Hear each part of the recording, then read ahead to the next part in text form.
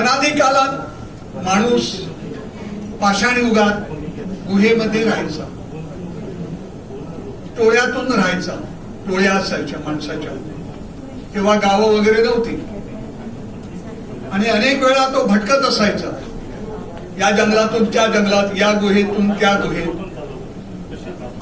हा गुहेतला माणूस काय खात असे? सुरुवातीला कंदमुळं कंदफळं खात असे, कंदमुळं कंदफळ. नंतरच्या काळात तो मांस खायला लागला. आगीचा शोध लागला नव्हता, त्यामुळे तो कच्चं मांस खात असे, कच्चं मांस. नंतर आगीचा शोध लागला, आगीचा शोध लागल्याबरोबर मांस तो भाजून खायला लागला.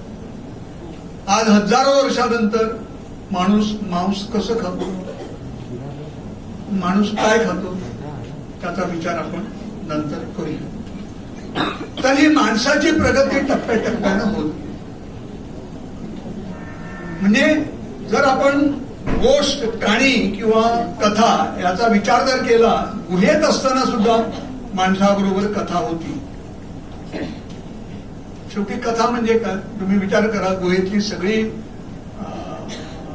माणसं, सगळ्या व्यक्ती शिकारीसाठी गेली, वयस्क गुहेमध्ये राहिले आणि बऱ्याच वेळानंतर 2-3 तासानंतर ते शिकार करून आले आणि मग शिकार झाल्यानंतर गुहेसमोर आग केली. आगीत ते जनावर भाजलं जातं आणि ज्या तरुणाने, ज्या युवकाने ते जनावर मारलं, त्याची शिकार गेली, ते अगदी जोरात, बघा मी असा परत गेलो त्या जनावराच्या मागे, असा त्याला भाला मारला, कारण त्या काळात इतर शस्त्र नव्हती, फक्त भाला, दगड वगैरे असं, असा तो दगडी भाला किंवा लाकडी भाला मारला.